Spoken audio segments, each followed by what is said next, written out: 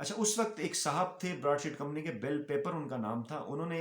ایک شک ڈلوائی اس معاہدے کے اندر کہ اگر پاکستان اس معاہدے سے پیچھے ہٹتا ہے تو جرمانہ ادا کرنا پڑے گا. تو فاروق اعظم صاحب نے پوچھا کہ آپ کو ہم پہ اعتماد نہیں ہے؟ تو انہوں نے یہ کہا کہ نہیں، آپ پر تو اعتماد ہے، آپ کے بعد جو آئیں گے لوگ ان پر اعتماد نہیں ہے اور سسٹم پر اعتماد نہیں ہے. اور وہ بل پیپر کی بات سچ ثابت ہوئی، کیونکہ بعد میں جو لوگ آئے واقعی انہوں نے اس معاملے کو کچھ ایسا رنگ دیا کہ جرمانہ بھی ہوا اور یہ لگا کہ شاید جو ہے وہ کچھ بھی جو ہے وہ ثابت نہیں ہو سکا. اچھا خیر،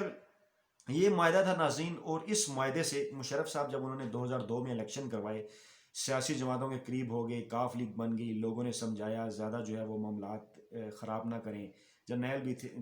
تھے اس کے اندر، بیوروکریسی بھی تھی، سیاستدان بھی تھے. خیر، اس کو پہلا این آر او اس لیے بھی کہا جاتا ہے، آپ نے صرف 2007 کے این آر او کا ذکر سنا جو کہ مشرف نے دیا تھا، جو کہ پارلیمنٹ کے اندر بھی آیا، بعد میں سپریم کورٹ نے اٹھا کے باہر پھینکا، لیکن اصلی این آر او واقعی 2003 کا تھا پہلا. آپ نے یہ سنا ہوگا عمران خان 2 برسوں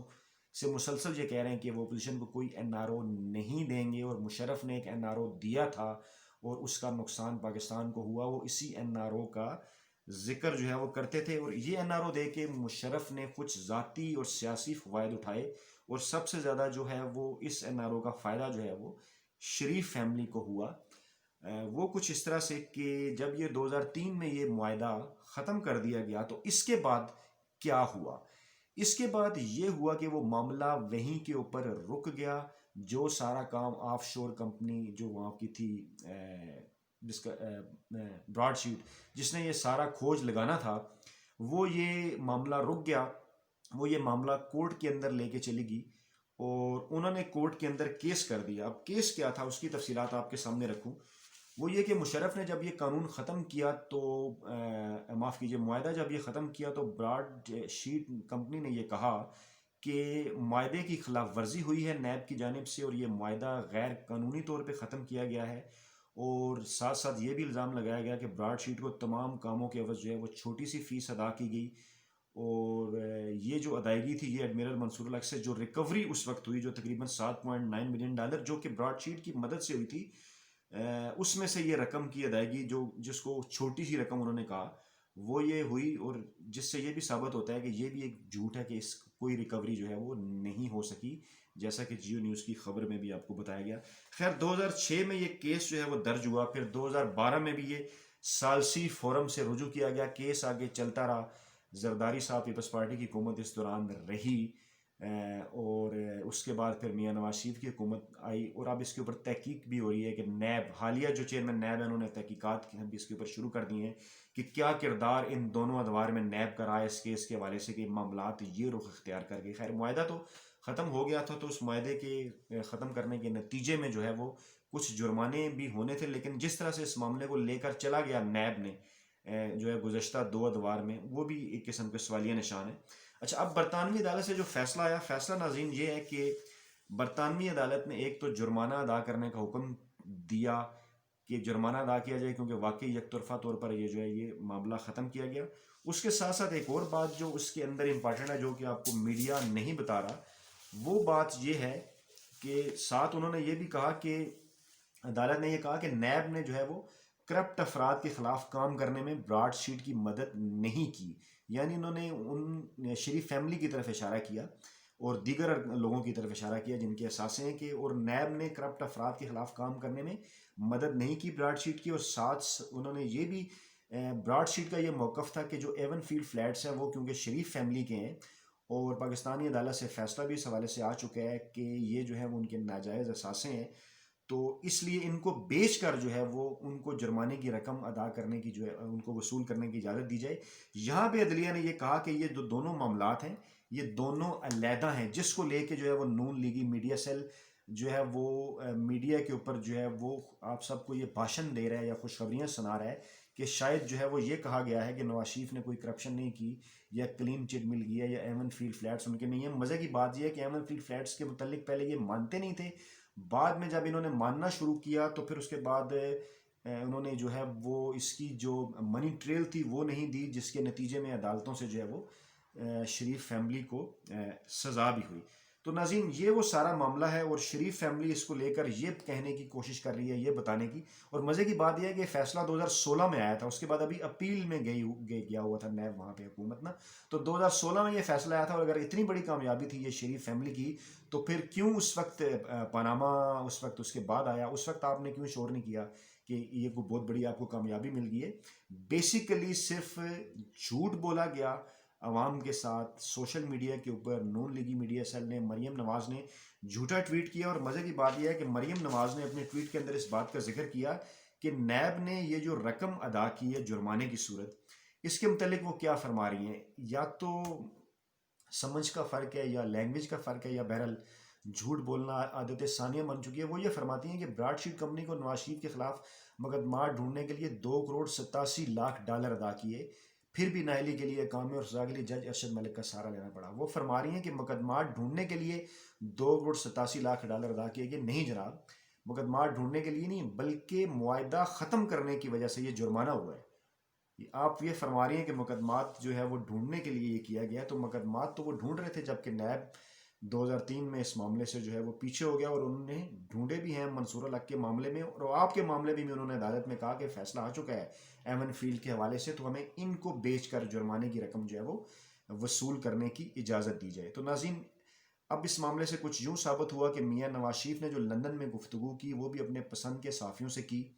اور عام طور پہ کیونکہ وہ جو صحافی ان کی پسند نہ ہو تو وہ سوالوں کے جوابات نہیں دیتے۔ ویڈیوز آپ دیکھ چکے ہیں، ایک صاحب ہیں جنہوں نے سوال اس قسم کا کیا کہ ان کے سوال سن کر بھی شرم آتی ہے۔ انہوں نے یہ سوال کیا وہاں سے ان کے کہ آپ کی جو قسم کی آپ کو کامیابی ملی ہے اس کے اوپر آپ کیا کہتے ہیں، جس کے جواب میں میاں صاحب نے بھی جھوٹ بولا، اور مریم نواز نے بھی جھوٹا ٹویٹ کیا۔ معاملہ جو اصل میں ہے وہ ہم نے آج کی ویڈیو میں آپ کے سامنے رکھا، اور یقینی طور پہ آپ یہ بات سمجھ گئے ہوں گے کہ شریف خاندان کس طرح ایک مافیا کی صورت جو ہے وہ کام کرتا ہے۔ میڈیا کے اندر بھی ان کے مافیا کے لوگ جو ہیں وہ موجود ہیں، اور میں اپنی ویڈیوز میں آپ کو یہ بتا چکا ہوں ماضی میں بھی کہ کس طرح شریف خاندان نے میڈیا کے اندر جو ہے وہ مختلف حربوں کے ذریعے اپنے لوگ جو ہے وہ پلانٹ کیے، جو کہ آج تک جو ہے وہ ان کی مدد کر رہے ہیں۔ تو ناظرین، یہ تھی آج کی ویڈیو کے اندر دی جانے والی تمام تفصیلات۔ بہت جلد نئی ویڈیو کے ساتھ آپ کی خدمت میں دوبارہ حاضر ہوں گا۔ اپنا خیال رکھیے گا۔ اللہ حافظ۔